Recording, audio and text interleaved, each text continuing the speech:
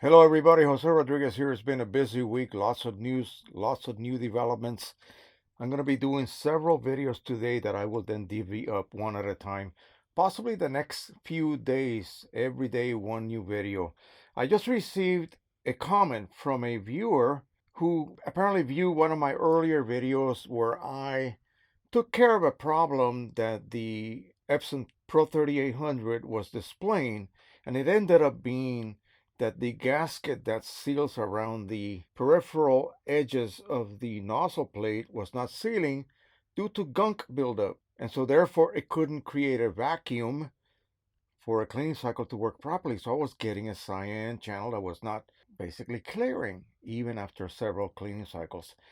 I used a set of Q-tips to clean it and it worked. Now, this person owns 24 Epson printers. I don't know what model they are, but apparently they print up to 50,000 pages of whatever every year. And so they are used to working with Epson printers.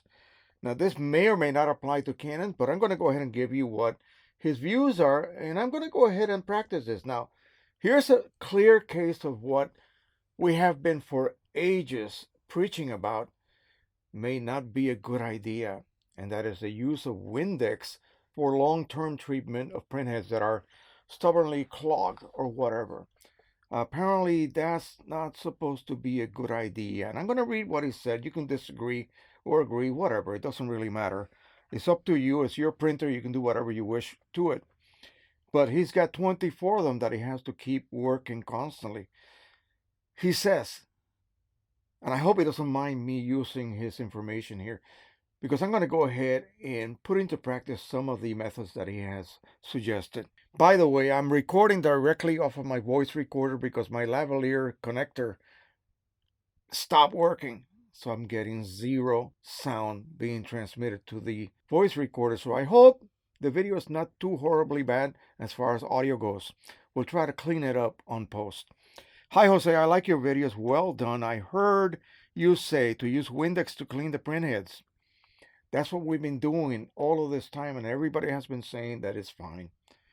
Never use Windex in big letters or any other commercial product. Now, that's odd because there are some products specifically made for cleaning printheads. We'll continue and see what he has to say. I have 24 Epson printers, and I print about 25,000 to 50K pages a year for in-house work. Back in 2009, I worked for a chemist, my dad, to formulate a clear ink or ink with zero pigment. So I take it he's using Epson printer with pigment because he mentions that here. This is called Epson Cleaning Solution. Epson ink is manufactured in Germany. Well, it used to be made in Mexico too. And there are some cartridges that I found that had a China logo on it. Whatever, it doesn't really matter.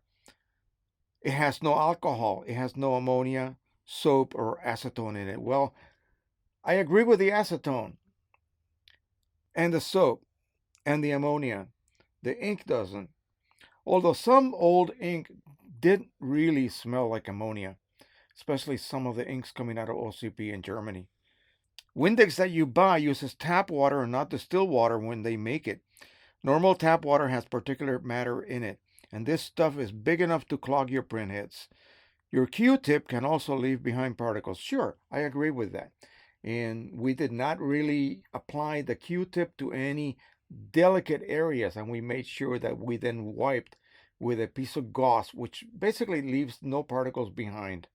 If your Windex has ammonia in it, which it does, it's only about 0.5% ammonia actually. The ammonia will disintegrate, melt, eat the plastics. Well, I'm not sure about that. Maybe full strength ammonia, but the ammonia in Windex is so weak anyway that I don't really think it would cause that sort of harm.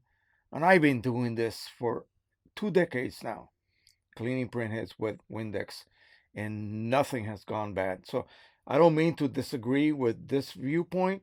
I'm just bringing it out to you guys. You guys can take it any way you want. In fact, I'm going to buy some of what he is suggesting and come up with his cleaning solution, which seems to be a lot gentler on printheads, especially if we delve over to Canon printheads.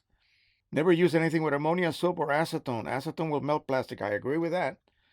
Definitely, but none of this stuff has acetone in it. Epsom ink is soluble in water. No need for more. Epsom ink with no pigment is made of distilled water and DEG, or diethylene glycol reagent, D49-1. It must be reagent quality since it has to be free of particulates. You can buy DEG from a chemical company for about $110 per liter. I found a small 4-ounce bottle for about $20 on Amazon, and it is reagent quality. Your clean solution is 10% DEG and 90% distilled water. And then he goes on suggesting how to prepare the bottles and so on. Basically, you can use the little 4-ounce drinking bottles, just dump out the water and then rinse them with distilled water twice and then fill them up with a solution that you make up. If you have a zero water filter that tests at 0 particles, you can use that for rinsing. And then he goes on with some measurements. So 10% DEG in water, or 20% if you want to make a stronger solution if you have a stubborn clog on a printhead. DEG can also be found in our foods and household sundries, but do not use liquids containing DEG as they are full of little particles. Also, never rub anything on the bottom of the printhead. It will damage it. Well, I don't know, man. They must be pretty durable because people have been using the wet paper towel system for, again, a couple of maybe 3 decades. And unless you really do it super rough, it doesn't seem to damage the printhead at all. Um, in fact, it makes it recover fully most of the time. And then he goes over what somebody quoted: patience is grossly underestimated. So be patient. I always talk about patience. Patience is what it takes. Do not do the most invasive method to try to unclog a printhead. Start with the simplest, most gentlest method to unclog your printhead, if that is indeed what the problem is. And to be on the clear side, print a test print daily, he says. Daily at 100% highest quality. That I agree with. And in fact, if you have a purge chart, print it with no color management and at the highest possible quality your printer can produce. And that will really, really exercise those nozzles. Daily, I don't know about daily. Maybe yes, maybe no. It all depends. Whatever is easiest for your schedule is what I would tell you. Sometimes people don't print for a month and then they're surprised that they have a clog. No, at least twice a week, but daily. Like this guy says, he's got to maintain 24 printers, for goodness sakes. So, he cannot afford to have one of those printers go down. So, even though it might seem a little bit excessive, hey, you cannot argue with success. If it works for him, it will very likely work for you as well as me. Then he goes on to say, he sent me a new comment, and I will go ahead and read that very quickly, that they use OEM cartridges to prime and initialize the printer, then immediately switch over to refillable cartridges or CIS. OEM or genuine cartridges should be stored in a Ziploc sandwich bag with good labeling so that you have them when the machine is stuck. He may be referring to when you're trying to do a switch of glossy to matte black ink and one of your cartridges has not enough ink on the chip indicator as far as level, it will not allow you to do that switch. So maybe that's what he means by that. So you have them when the machine is stuck and requires OEM cartridges. Rarely happens, but when it does, you have to buy expensive OEM cartridges. Better to initialize the printer than remove them. And then he says, cheers from Dr. Epson. Cool. Anyway, so I have purchased a small bottle of that. It is a 1 to 10 solution that you make with distilled water. I have my distilled water already here. So we'll go ahead and give that a try and see how that works. I'll also try it on other aspects, cleaning the interior portion of the printer, especially those of you who print a lot of borderless prints. That is something that will really very quickly dirty up the interior of your printer. So again, take this with a grain of salt. The guy works at this daily and he maintains 24 printers.